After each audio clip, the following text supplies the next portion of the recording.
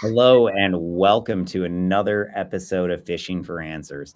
Today I'm here with Joye Purser, a global field CISO at Cohesity. Hey Joy, why don't you tell us a little bit about yourself? Thank you, Joshua, for having me on the show. I'm delighted to be here. So, I am the Global Field CISO at Cohesity, which is the number one maker of data backup and recovery software and hardware. And before Cohesity, I served for 18 years with the federal government, most recently at CISO, which is the Cybersecurity and Infrastructure Security Agency within the U.S. Department of Homeland Security. At CISA, I was leading field operations in U.S. Region 4, which is the 8-state southeastern region. And prior to that, had some time at the U.S. Department of Defense for 9 years as an analyst serving the Secretary of Defense. I was auditing multi-billion-dollar IT systems. So when Department of Defense purchases an electronic health record or a system for financial management, command and control systems, are the people and the money and the time what we had originally intended? And if not, what is the root cause and cost-informed options to get back to solvency? There were stints at the White House as well as at PricewaterhouseCoopers, where I helped facilitate enterprise risk management discussions for large clients. Very cool. Yeah, I did a little bit of, I guess, auditing for the federal government as well. One of my favorites was, we all remember the opium breach. Well, I worked for one of the agencies. They were, that had their data breached. And so at the time they're trying to roll back out that app, they bring it to me and I'm testing it from a security perspective, more hacking. And it took us all of 15 minutes to duplicate what had happened. And we're like, okay, come on, you got to do better than this on the fix. So definitely understand and appreciate that. Well, thank you for being here today. So I want to start off with just something really easy, or I guess really wide open, rather. It might not be an easy question. But what works in security awareness, or what works with driving true culture change? Well, the first line has to be communication. Communicate, communicate, and communicate. It's really important that communication to build security awareness be supported from the very top leadership of the organization. Leadership, including the C-suite, have to be visible in terms of championing the building of security culture. And there's a lot of ways to do that, of course. It's with training and exercises.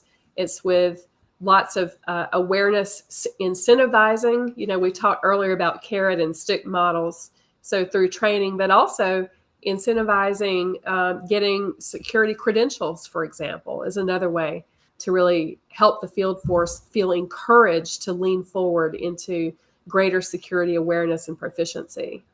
I agree. A tip that I heard the other day, and I was like, I don't know why I hadn't thought about that sooner, but I just loved, was give them something to take home to their family. Because when they go home and they start training their family about security awareness, they're the expert at home.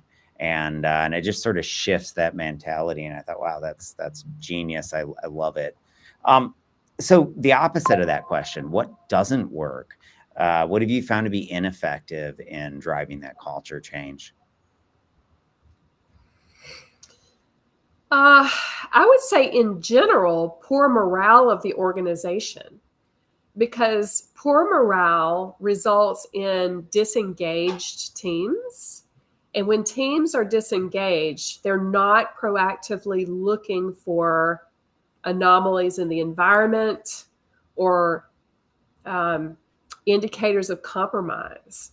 And so really helping to cultivate and guard a positive working culture and positive morale in the team with engaged managers and diligent leadership, I think is a really important. I know it seems very simple, but it's really important to helping the overall organization remain more secure. I couldn't agree more. So to that point, what do you think of more punitive practices in security awareness, like a 3 strikes and you're out policy?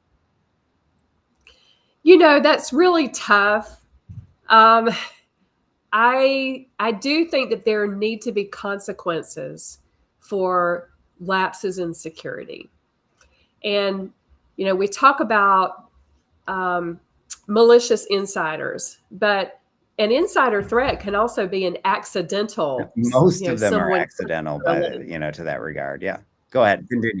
and you know what? I myself have clicked one of those links. I can say no one is perfect in this No, exercise. I agree. So we have to be careful to give people grace, train our people on indicators of compromise and also risk factors.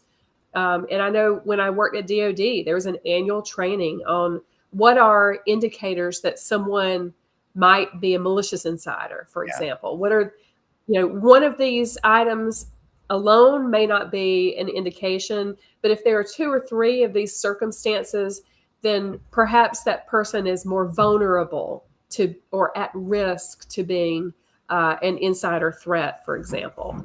So I think we have to be careful with the carrot and stick, but I do think that if someone repeatedly demonstrates that they're not learning basic security concepts, that there should be consequences. And I don't want to go into specifics about what they could be. Well, I mean, I honestly think one of the best things we can do is just put additional guardrails around those people. If we see them, they've demonstrated this lack of security multiple times.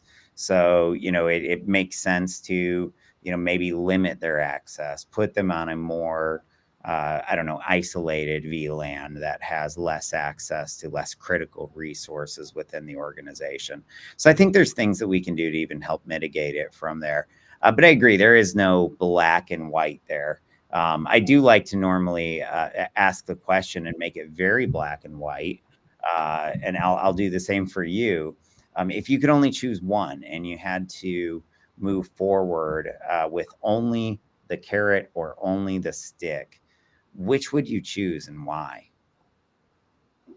Definitely the carrot, but I would put some little sticks as guardrails. So there was this great comment on LinkedIn that Sarah Armstrong Smith, who's a good friend who works at Microsoft, she's in the UK, and it had to do with the guardrails. They're not really a stick, but there are plenty of tools nowadays where security leaders can put those in place to keep people from inadvertently or purposefully doing damage to an Yeah. organization. So, for example, the ability to copy and paste company proprietary information into a large language model. There are tools that prevent people from doing that so that even if they're not aware or lack that training or awareness that we would like them to have, they still can be prevented from doing bad things. And so when we talk, Joshua, about carrot and stick, this also is applicable to software makers. And so I know there's been talk about a software bill of materials, be transparent about how you're making your software, or put security controls in place like multi-factor authentication should be on by default. I think software makers, and of course, Cohesity is an important software maker for the software orchestrating backup and recovery, that those controls like MFA need to be on by default. No more should software makers push the responsibility of thinking about all those things onto customers. They need to take that responsibility up front. I think that is very important. And I'm curious, Joshua, do you think that's a carrot or a stick? Well, I don't really think it's a stick. It's certainly not a carrot. But I completely agree with you. We've got to start with security built in from the ground up. And I mean, just to the software development ecosystem to begin with. Um, I, I I look at the human element, and we've got all these different, percentages, and people debate, is it 90 or is it 95% of breaches that start with human error? But, even in that technical breach where somebody exploited a 0 day, it started with a developer writing bad code. And so just looking at developers, I see that as a great example of where the human element is so much more than just clicking on a phishing link or avoiding that attachment. There's, it's really complex, and part of it, to your point, the other side of your point about vendors is that, we have to hold them accountable, and that's just one more area where, if we forget to, that could be the thing that comes back to get us and cause us to have that breach down the road. In fact, most of the people that I've worked with in recent years that have had incidents, they didn't have the incident because of one of their issues. They had the incident because of something that one of their vendors had go on. And Absolutely. So before COVID times, I was having a conversation with one of my favorite chief security officers here in Atlanta, and I asked him. He's the chief security officer of a large credit monitoring organization, and I said, "What is the threat that keeps you up at night?" And he said, "Third party risk." yes. And the thing is, software makers also are susceptible to Oh, third party 100%. risk. They have the vendors that they rely on as well. Right. So it's a really complex web, and how to enact controls, whether they be policies or regulations or just best practices, that that's forever evolving and changing, which is what makes the field so Yeah. interesting. I like to think of it as a practice, sort of like medical. We're still learning and getting better every day, but it's also evolving. And to that point, what are you looking at from an AI perspective in terms of awareness training? What do we need to be coaching our users about? I always try and draw analogies to the physical world. And large language models are like children, and they grow depending on how you nourish and feed them. And in that respect, it's really important to think about the diet or the inputs to the LLM.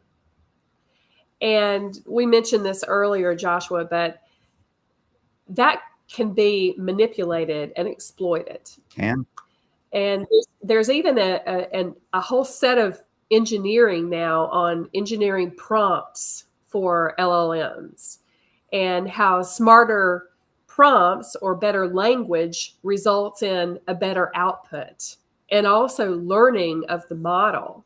So, what are those data sets that are going into shaping that model?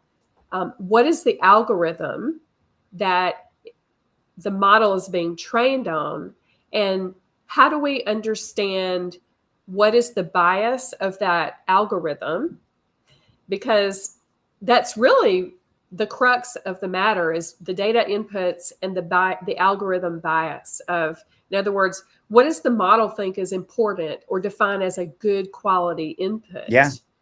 Can models be constructed so that they see anomalous or bad quality or a security risk type of input? I think that's a good question to ask for the Well, future. I'm really excited about some of the ways that we will train models in the future. I know we're in the process of releasing a model that we trained that identifies malicious emails based on the underlying psychology. Does it use urgency? Does it use authority? And it's utilizing some of those multimodal capabilities. And so, I think of that one as something that we did, but there's so many, I mean, potentially limitless applications that we haven't even begun to uncover yet. I heard of one that's working as a blue team assistant the other day that's being used in some very, very large enterprises. So it's exciting, but it also brings a lot of additional threats. So to that, and I think the last question that we'll wrap up with is, what are you seeing in terms of AI driven or suspected AI driven attacks or enabled? Well, of course, the best source I would send you to is the MITRE Atlas framework, because the company MITRE has developed this framework, which is just a set of words that describe specific attack techniques on large language models. So I'm certainly not an expert in that area, but that would be the authoritative source, in my opinion, for helping to understand how that world is rapidly evolving. And to gain additional insight, you have to see it through the lens of the threat actor. And for a threat actor, and this is what I always advise our customers, you have to think about, what do you have as a potential victim that is of value? And is it data? Is it money or finance, especially if it's Bitcoin or, some other cryptocurrency? Is it trade secrets, because perhaps a nation state or competitor wants to duplicate and improve on something that is your secret sauce that you've developed? So I think it's very important to do that exercise in risk, right? To be able to identify the risk that the threat actor might pursue in your environment. And then only after you know what you have that is of value can you go about identifying where is it and how do you protect it. Makes sense. Any final words before we wrap up today? Yeah, I really appreciate the opportunity and would encourage all listeners to get out there and protect themselves and become more risk aware. And not only to think about the left of boom, the endpoint detection, the training, the business continuity planning, the right of boom, the backups, making sure that you have multi-factor authentication, that they are robust, that you have a recovery environment that's isolated, but also the relationships, Joshua. The security community thrives on relationships. You don't want to be making friends in a crisis. So go out and be an active and engaged member of the security community in your city, in your industry vertical. So that would be my final piece of advice. Yeah, that's very good advice. You definitely don't want to be making friends in a crisis. So, well, thank you so much for joining us today.